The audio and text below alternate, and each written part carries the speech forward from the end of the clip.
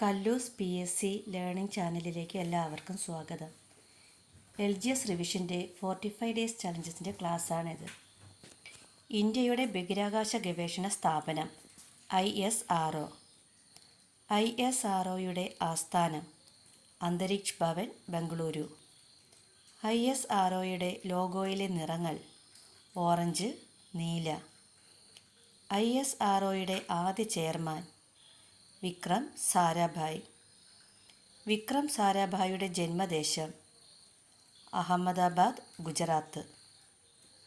തുമ്പ rocket വിക്ഷേപണ കേന്ദ്രം ഐക്യരാഷ്ട്രസഭയ്ക്ക് സമർപ്പിച്ച പ്രധാനമന്ത്രി ഇന്ദിരാഗാന്ധി. ഭൂമധ്യരേഖയുടെ ഏറ്റവും അടുത്ത് സ്ഥിതി ചെയ്യുന്ന റോക്കറ്റ് വിക്ഷേപണ കേന്ദ്രം തുമ്പ, തിരുവനന്തപുരം. വീലർ ദ്വീപ് നിലവിൽ അറിയപ്പെടുന്നത് അബ്ദുൽ കലാം ദ്വീപ്. ഇന്ത്യയുടെ ഏക ഉപഗ്രഹ വിക്ഷേപണ കേന്ദ്രം ശ്രീഹരിക്കോട്ട. ശ്രീഹരിക്കോട്ടയിൽ നിന്ന് വിക്ഷേപിച്ച ആദ്യ ഉപഗ്രഹം രോഹിണി. ഇന്ത്യയുടെ ഭൗമ നിരീക്ഷണാലയം സ്ഥിതി ചെയ്യുന്നത് അഹമ്മദാബാദ്.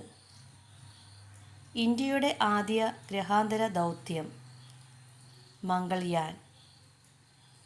ലോകത്തിലെ ഏറ്റവും ചിലവ് കുറഞ്ഞ ചൊവ്വ ദൗത്യം മംഗൾയാൻ. മംഗൾയാൻ പേടകം വിക്ഷേപിച്ചത് 2013 നവംബർ 5-ന്. മംഗൾയാൻ വിക്ഷേപണ സമയത്തെ ഭാരം 1337 കിലോഗ്രാം. മംഗൾയാൻ ദൗത്യത്തിൻ്റെ ഡയറക്ടർ വി കേശവരാജു. ചന്ദ്രൻ്റെ പ്രദക്ഷിണപഥത്തിൽ ചന്ദ്രയാൻ എത്തിയത് 2008 നവംബർ 8-ന്.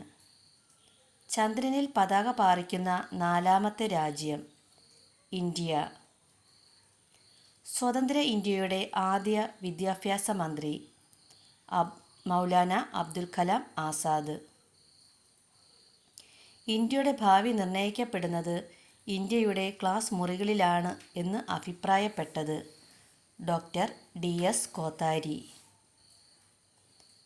നവോദയ വിദ്യാലയങ്ങൾ ആരംഭിക്കുവാനുള്ള ആശയം മുന്നോട്ട് വെച്ച പ്രധാനമന്ത്രി രാജീവ് ഗാന്ധി 1986. ദേശീയ വിദ്യാഭ്യാസ നയം 2020 മുന്നോട്ട് വെച്ച പുതിയ വിദ്യാഭ്യാസ മാതൃക 5+3+3+4. കേരള വിദ്യാഭ്യാസ നിയമത്തിന് രൂപം നൽകിയ മന്ത്രി ആരാണ്? ജോസഫ് മുണ്ടശ്ശേരി. വിദ്യാഭ്യാസ ഉപഗ്രഹമായ എജുസാറ്റ് വഴി 2004 ആരംഭിച്ച വിദ്യാഭ്യാസ പരിപാടി വിക്ടേഴ്സ്. വിക്ടേഴ്സ് പ്രോഗ്രാം ഉദ്ഘാടനം ചെയ്തത് APJ അബ്ദുൽ കലാം 2005 ജൂലൈ 28-ന്. ഇന്ത്യയുടെ വിദ്യാഭ്യാസ പദ്ധതി എന്ന് വിശേഷിക്കപ്പെട്ട പഞ്ചവത്സര പദ്ധതി 11ാം പഞ്ചവത്സര പദ്ധതി.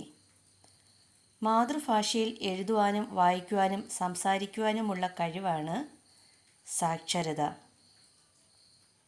ഇന്ത്യയിൽ മിസൈലുകൾ, ടാങ്കുകൾ, അന്തർവാഹിനികൾ എന്നിവ വികസിപ്പിക്കുന്ന ഗവേഷണ സ്ഥാപനം DRDO. DRDO സ്ഥാപിതമായ വർഷം 1958. ഇന്ത്യൻ റെയിൽവേയുടെ പിതാവ് ഡൽഹൗസി പ്രഭു. ഇന്ത്യൻ റെയിൽവേയുടെ ഭാഗ്യമുദ്ര ഭോലു എന്ന ആനക്കുട്ടി. റെയിൽവേ ശൃംഖലയിൽ ഏഷ്യൻ രാജ്യങ്ങളിൽ ഇന്ത്യയുടെ സ്ഥാനം 2. ഇന്ത്യയിൽ ഏറ്റവും കൂടുതൽ തൊഴിലാളികൾ ഉള്ള പൊതുമേഖലാ സ്ഥാപനം ഇന്ത്യൻ റെയിൽവേ. ഇന്ത്യയിൽ ഇൻ്റർനെറ്റ് ട്രെയിൻ റിസർവേഷൻ ആരംഭിച്ച വർഷം 2002. ഇന്ത്യയിലെ ഏറ്റവും ദൈർഘ്യമേറിയ ട്രെയിൻ സർവീസ് വിവേക് എക്സ്പ്രസ്. ഇന്ത്യയുടെ തെക്കേ അറ്റത്തെ റെയിൽവേ സ്റ്റേഷൻ കന്യാകുമാരി. ദക്ഷിണ റെയിൽവേയുടെ ആസ്ഥാനം എവിടെയാണ്? ചെന്നൈ. ഇന്ത്യയിലെ ആദ്യ ബുള്ളറ്റ് ട്രെയിൻ പദ്ധതിക്ക് സഹായം നൽകുന്ന രാജ്യം ജപ്പാൻ. വന്ദേ ഭാരത് എക്സ്പ്രസിൻ്റെ ഉദ്ഘാടനം നിർവഹിച്ചത് നരേന്ദ്രമോദി 2019 ഫെബ്രുവരി 15. ഇന്ത്യയിൽ ആദ്യമായി ട്രെയിൻ ഹോസ്റ്റസ്മാരെ നിയമിച്ച ട്രെയിൻ ഗതിമാൻ എക്സ്പ്രസ്. ഏറ്റവും വേഗത കുറഞ്ഞ ട്രെയിൻ നീലഗിരി മൗണ്ടൻ റെയിൽവേ. കേരളത്തിലെ ഏറ്റവും വലിയ റെയിൽവേ ഡിവിഷൻ തിരുവനന്തപുരം ഡിവിഷൻ. കേരളത്തിലെ തെക്കേ അറ്റത്തെ റെയിൽവേ ജംഗ്ഷൻ കൊല്ലം. ഏറ്റവും കൂടുതൽ റെയിൽവേ സ്റ്റേഷനുകൾ ഉള്ള ജില്ല തിരുവനന്തപുരം. റെയിൽവേ സർവീസ് ഇല്ലാത്ത കേരളത്തിലെ ജില്ലകൾ ഇടുക്കി, വയനാട്. ഒരു റെയിൽവേ സ്റ്റേഷൻ മാത്രമുള്ള ജില്ല പത്തനംതിട്ട. ലോകത്തിലെ ആദ്യ ഹരിത മെട്രോ ഡൽഹി മെട്രോ. ഇന്ത്യയിലെ ആദ്യത്തെ അണ്ടർ വാട്ടർ മെട്രോ നിലവിൽ വന്നത് കൊൽക്കത്ത. ബംഗളൂരു മെട്രോ നിലവിൽ അറിയപ്പെടുന്നത് നമ്മ മെട്രോ. ദക്ഷിണേന്ത്യയിൽ ആദ്യമായി ഭൂഗർഭ മെട്രോ നിലവിൽ വന്നത് ബംഗളൂരു. ജലഗതാഗത സംവിധാനത്തെ മെട്രോയുമായി ബന്ധിപ്പിക്കുന്ന ഇന്ത്യയിലെ ആദ്യ metro Kochi metro. Metro man of India എന്നറിയപ്പെടുന്നത് ഇ ശ്രീധരൻ.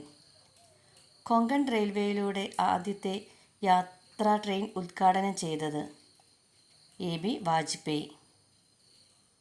കൊങ്കൺ റെയിൽവേയുടെ മുഖ്യ ശില്പി ഇ ശ്രീധരൻ. ഇന്ത്യയിൽ നദിക്ക് കുറുകെയുള്ള ഏറ്റവും നീളം കൂടിയ പാലം ഭൂപൻ ഹസാരിക പാലം. ലോകരാജ്യങ്ങൾക്കിടയിൽ റോഡ് ദൈർഘ്യത്തിൽ ഇന്ത്യയുടെ സ്ഥാനം 2. ഇന്ത്യയിൽ ഏറ്റവും കൂടുതലായി കാണപ്പെടുന്ന റോഡ് ശൃംഖല ഗ്രാമീണ റോഡുകൾ. എല്ലാ ഗ്രാമങ്ങളെയും റോഡ് മുഖാന്തരം ബന്ധിപ്പിച്ച ഇന്ത്യയിലെ ആദ്യ സംസ്ഥാനം കേരളം.